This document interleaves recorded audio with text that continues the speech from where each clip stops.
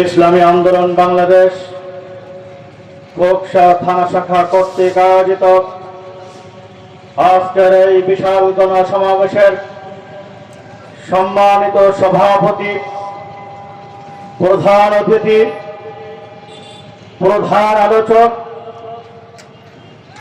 বিশেষ অতিথিবৃন্দ, সামনে উপবিষ্ট তাওহীদি জনতার এক অংশ, আল্লাহ রাব্বুল আলামিনের দরবারে শুকরিয়া আদায় করি যে মহান রব্বে কারীম আমাদেরকে ছাত্র জনতা গণবিপ্লবের মধ্য দিয়ে স্বৈর শাসকের পতন ঘটিয়ে সুন্দর একটি পরিবেশে রাজনীতি করার সার্বভৌমত্ব ফিরিয়ে আসার মতন একটা অবস্থান তৈরি করেছেন। এর জন্য মহান রব্বে কারীমের দরবারে শুকরিয়া আদায় করি বলে আলহামদুলিল্লাহ। আলহামদুলিল্লাহ। প্রিয় তাওহীদি জনতা, আমরা জানি বাংলাদেশের মানুষ মেহনতি মানুষ, খেটে খাওয়া মানুষ, শ্রমজীবী মানুষ, কৃষি নির্ভরশীল এই মানুষ, যে জাতি পরিশ্রমের মধ্য দিয়ে পরিবার পরিচালনা করতে হয়, সেই জাতির ন্যায্য অধিকার কেড়ে নিয়ে বারবার উন্নয়নের ওয়াদার ফুলছড়ি দিয়ে আমাদের ভোটারের অধিকার নিয়ে ক্ষমতায় গিয়ে বারবার আমাদের সাথে চোর আর পুলিশ খেলা করেছে। স্বাধীনতার পর থেকে বিভিন্ন ক্ষমতার পালাবদল দেখেছি। 47 সাল ধর্মের ভিত্তিতে ভারত পাকিস্তান আলাদা হয়েছে,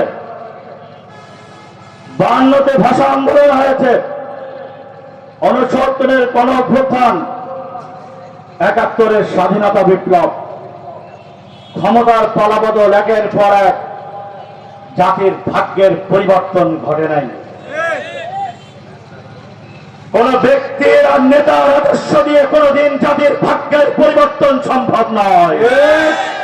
মানব রচিত তন্ত্র মন্ত্র দিয়ে কোনদিন দেশের উন্নয়ন সম্ভব নয়।